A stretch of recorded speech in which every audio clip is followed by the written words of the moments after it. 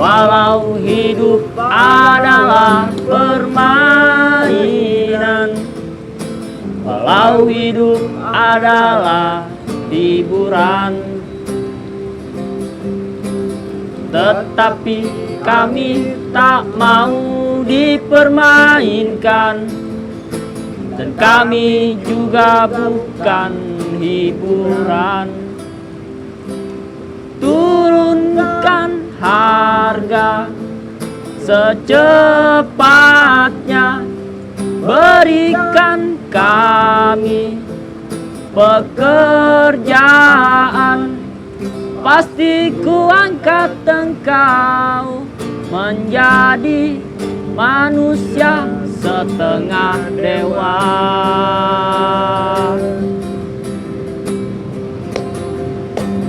Masalah moral, masalah akhlak, biar kami cari sendiri. Perkenalkan, nama saya Arga. Biasa saya dipanggil Ucok. Umur saya sekarang udah 20 tahun. Nama saya Fatahila.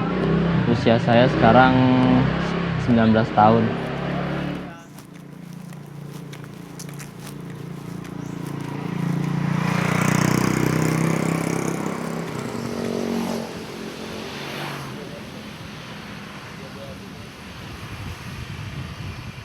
Perkenalkan, nama saya Saleh Al-Ghifari, biasa dipanggil Gifar, menjadi pengacara publik di LBH Jakarta sejak tahun 2017.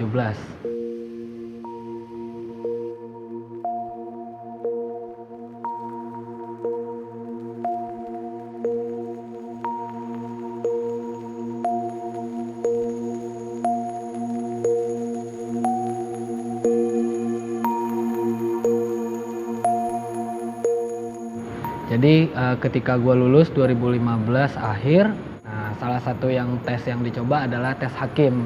Kemudian karena di saat yang sama gue juga tes pengacara publik, akhirnya lulus lah dua-duanya. Ya gue karena seperti tujuan awal ke Jakarta, ingin masuk LBH Jakarta, gue memilih masuk LBH Jakarta. Revisi Undang-Undang Kehutanan.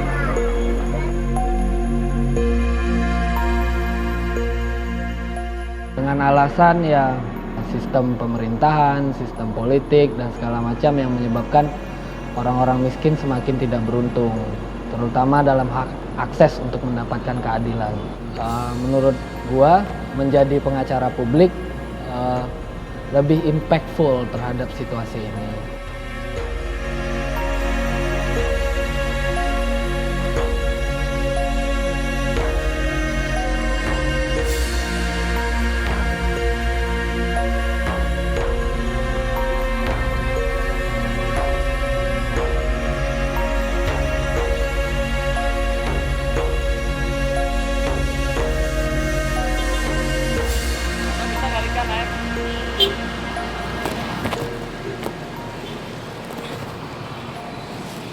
Nah, dulu di sini Pak. Dulu kan di sini kan ada Ponseri nih, Kak. Ponseri Bale, Di situ apa? tempat kita nongkrong di sini. Oh, tempat kalian nongkrong di sini. Kan ada Bale dan tuh Bale Ponseri. Nah, kita tolong.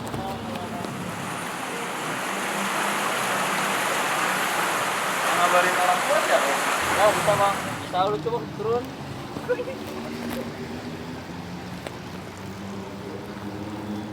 Kan saya turun dari atas ke bawah ke sini, kan kita duduk ke sini di kabel. Nah, saya ngeliat di pojokan ada orang lagi duduk. Nah, dia belum saya samperin, dia duduk, dia bangun, dia kencing, dia duduk lagi. Nggak lama kan Andro, Ferdi sama teman-teman datang ke sini. Saya ceritain sama teman-teman, sama Andro, Ferdi, ada yang kenal gak sama orang di pojok itu? Kata Andro, Ferdi juga kagak ada yang kenal, mungkin orang lain. Nah, akhirnya kan kita deketin dah tuh, rame-rame ke sono. Pas kita deketin rame-rame ke sono, kita panik. Dia udah banyak luka tusukan dah tuh di sini mau putus dah tuh, sama di perut sisanya.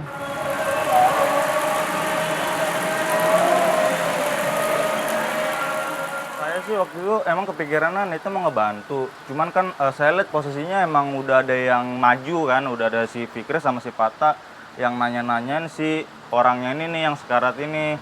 Makanya saya pikir udah ada mereka, mungkin udah cukup kali pikir saya gitu kan. Ya udah saya tinggal gitu.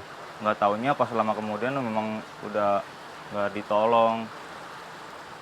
Udah nggak ketolong lagi nyawanya gitu.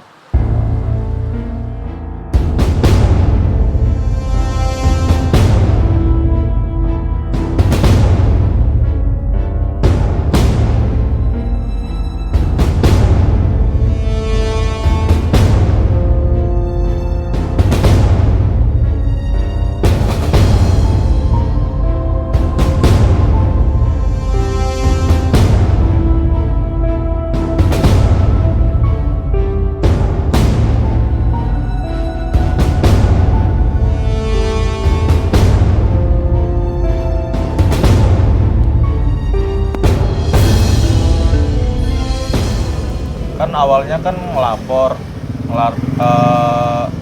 Ucok ngelapor ke satpam, terus satpamnya ini ngelapor ke polisi. Ya udah nggak berapa lama kemudian tuh polisi datang ke tempat kejadian kan, ngecek bener apa enggak. Ternyata emang ada mayat di situ. Nah terus polisi itu nanya siapa saksi atas kejadian ini gitu kan. Ya udah Ucok lah tunjuk tangan sama Pahu, Ucok sama Andro. Terus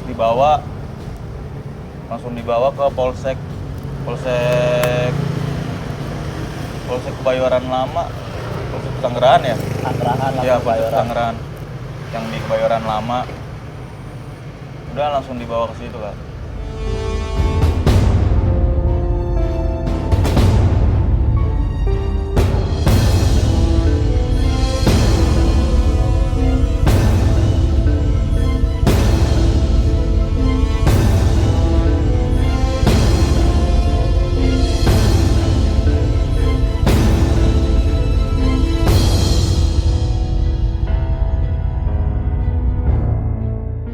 Polisi nanya yang namanya Fata langsung nunjuk ke saya.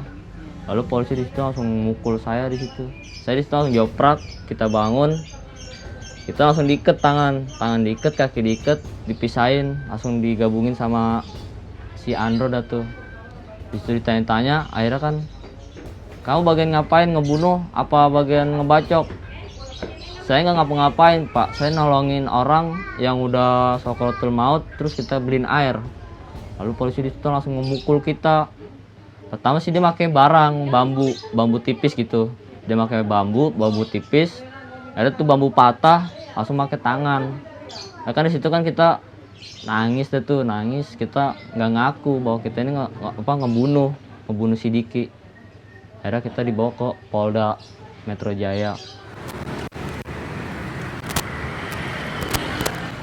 Akhirnya saya dimasukin ruangan kecil lagi dah tuh, langsung dilakban dah tuh Kak. Dilakban, kita disetrum, kita terak-terakan, kita jerit, satupun orang kagak ada yang mau nyamperin.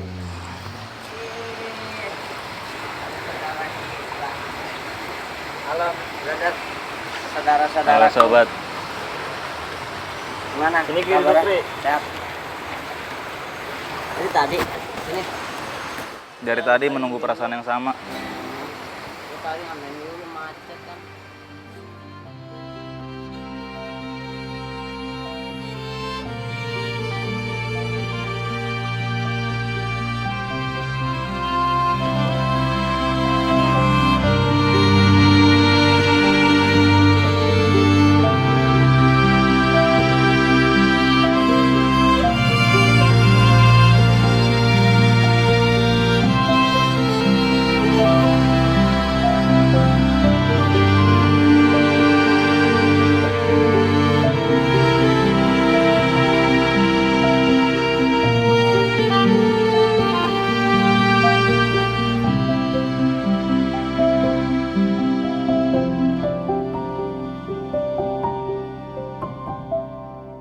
Ya tapi karena kita udah gugat pra peradilan dan hakim hanya mengabulkan 72 juta waktu itu, ya kasusnya secara upaya hukum sudah selesai.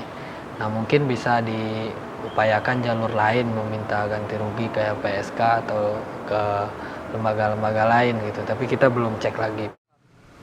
Ini mau ngobrolin kasusnya lagi sih, karena ada beberapa update dan kita mau ngomongin beberapa langkah hukum ke depan juga. Karena terakhir kan mereka udah menggugat. Di kasus pengamen Cipulir ini kita dulu pernah mengadakan bantuan hukum keliling atau mobile legal aid di daerah Cipulir itu, mengundang pengamen-pengamen yang lain untuk diberikan semacam penyuluhan hukum lah, apa yang harus dilakukan, apa yang harus direspon pertama kali ketika menghadapi masalah hukum. Wah, kalau saya mah udah nggak bakal mau lagi.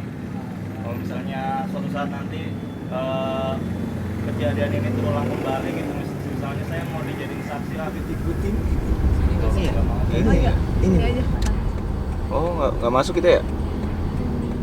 Selain di komunitas tersebut, kita juga yang mengadakan mobile legal aid di rutan-rutan maupun di lembaga pemasyarakatan. Tiap minggu kita mengadakan penyuluhan hukum di rutan Pondok Bambu, rutan Salemba, Cipinang, terus kemudian juga di lembaga pemasyarakatan khusus anak. Korbannya gimana? Meninggal. Oh, meninggal. Lu berapa lama ditahan? 2 bulan. Bukan vonis, tapi ditahan di Polresnya, Polsek. 2 minggu. Ke Cipayung. Teman-teman yang lain jangan ngobrol dulu ya. Fokus ya. Biar nanti sama pembahasan kita. Tapi kemudian bantuan hukum itu tanggung jawab siapa ya? Tanggung jawab negara sebenarnya. Tanggung jawab negara sebenarnya. Kalaupun LBH itu menjalankan peran dengan maksimal, itu tidak mengurangi peran negara sebenarnya untuk menyediakan bantuan hukum seluas-luasnya bagi warga negara, terutama bagi yang membutuhkan. Inilah yang disebut dengan pemenuhan hak akses to justice, hak akses untuk mendapatkan keadilan bagi warga negaranya. Jadi bebannya sebenarnya adalah di pemerintah.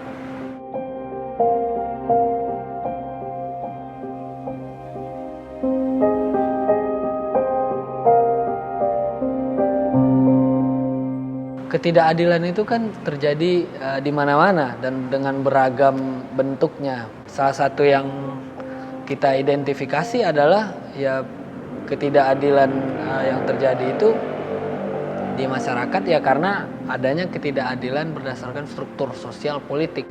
Kemudian juga ketidakadilan yang berasal dari tidak diterapkannya prinsip-prinsip hak asasi manusia dan penghormatan terhadap hak-hak warga oleh struktur negara itu sendiri. Bantuan hukum struktural mau menyasar hal ini. Apa akar yang menjadi penyebab ketidakadilan yang terjadi di masyarakat? Hukum struktural itu term yang digunakan oleh LBH, YLBHI dan teman-teman lain yang memang memberikan bantuan hukum. Tujuannya tidak hanya menangani kasus, tapi menyasar kepada akar masalah yang menyebabkan kasus ini timbul. Nah, kesadaran untuk bantuan hukum struktural ini sebenarnya di pemerintah masih lemah. Yang sudah ditempuh dan sudah diusahakan pemerintah itu adalah bantuan hukum yang memang menjadi hak konstitusional warga, sebatas mendampingi kasus.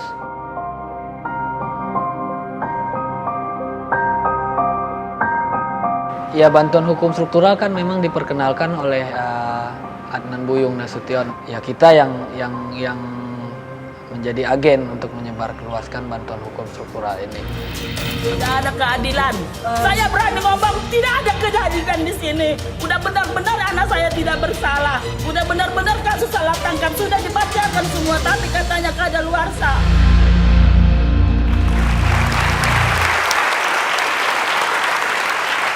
Sudah hadir di Mata Najwa pengamen Cipulir yang menjadi korban salah tangkap. Ada Arga Putra, ada Fikri Pribadi, dan ada Fatahila. Selamat malam teman-teman, adik-adik.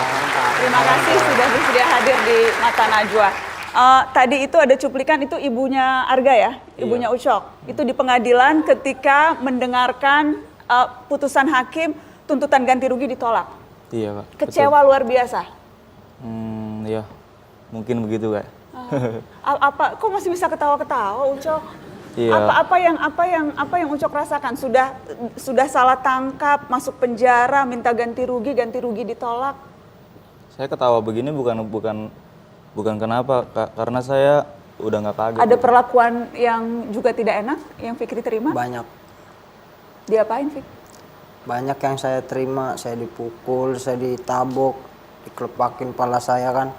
Saya udah jatuh, diinjok dada saya. Juga saya bangun lagi, tendang lagi sama polisi satunya lagi. Sampai saya jatuh saya kena batu, ini masih ada bekasnya ini. Siangnya saya dibon lagi di ruang penyidik, disuruh ngaku lagi. Dipukulin lagi? Dilakbanin lagi muka saya. Akhirnya saya nggak ngaku, sampai 5 hari baru saya ngaku, karena saya ngaku nggak kuat. Saya kan dulu masih kecil, 13 tahun. Sekarang kamu berapa? Sekarang udah 18. 18, masih kecil juga sih 18 tahun itu. Nggak mau sekolah lagi? Masih Mau bisa sih. loh ngambil paket C. Mau nggak sekolah lagi? Mau sih. Mau ya? Lanjut sekolah ya? Mau nggak? Sekolah lagi ya? Iya Kak. Siapa tahu bisa jadi pengacara, bantu LBH ya? Gimana? Setelah ini sama-sama kita daftar paket C, sekolah lagi, supaya bisa jadi pejuang keadilan juga. Korban yang merasakan sesungguhnya yang akan bisa berempati dan memperjuangkan yang lain. Ya, insya Allah. Iya kan, insya Allah. Siap Kak. Siap? Siap.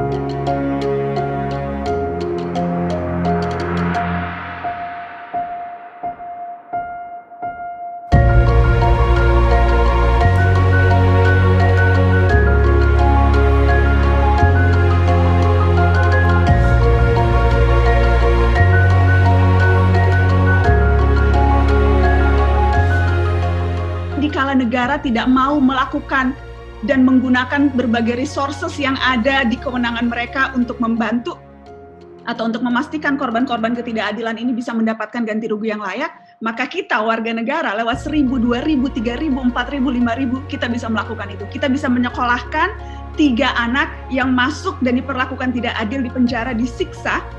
Kita bisa menyekolahkan mereka hanya dalam kurun waktu 24 jam, uangnya terkumpul, dan mudah-mudahan bisa jadi contoh betapa kuatnya sesungguhnya warga negara yang memang berkumpul dan melakukan sesuatu. Saya mengulang bahwa asa tidak hanya ada di tangan penguasa tapi oleh warga yang berdaya.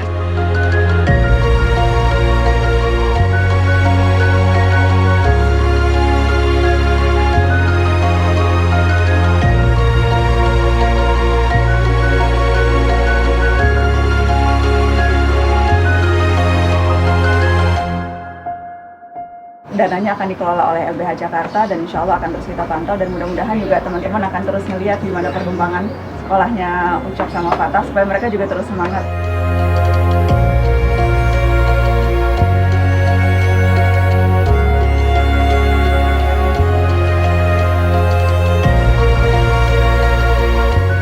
Penanganan kasus yang dilakukan oleh LBH Jakarta dalam kasus Cipulir ini masuk dalam kategori penanganan dengan pendekatan bantuan hukum struktural.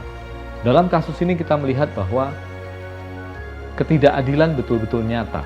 Bantuan hukum struktural ingin mengubah tatanan yang tidak adil, tatanan yang diskriminatif, baik itu di level peraturannya, kemudian di level aparat penegak hukumnya, maupun di level budaya hukumnya.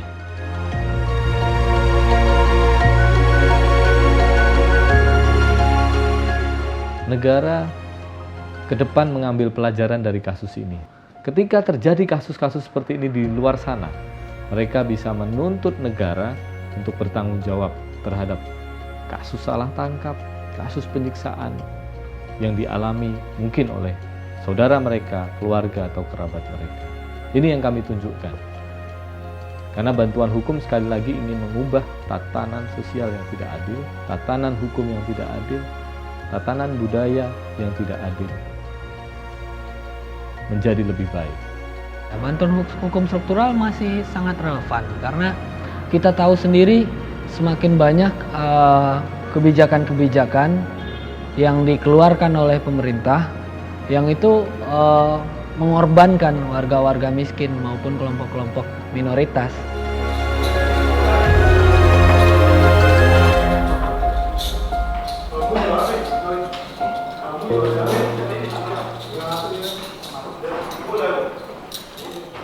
Menurut saya kedepannya polisi itu harus lebih baik lah untuk melayani masyarakat ini, karena polisi itu kan melayani dan mengayomi masyarakat, harus lebih baik. Walau hidup adalah hiburan. Mungkin kasus salah tangkap itu banyak ya di Indonesia ini ya. Udah jadi rasa umum. Mungkin dari sekian banyaknya korban, mereka banyak yang takut untuk buat ngelawan gitu, entah takut dari polisinya diapain gitu kan. Ya jadinya mereka diam membisu aja gitu, nggak dilawan sama mereka. Tapi kalau dari pendapat saya pribadi sih harusnya dilawan gitu, supaya kejadian seperti ini tuh nggak terulang lagi.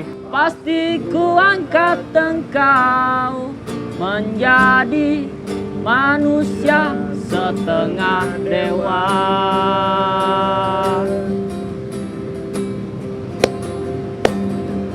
Masalah moral, masalah akhlak, biar kami cari sendiri. Urus saja moralmu, urus saja akhlakmu, peraturan yang sehat yang kami mau.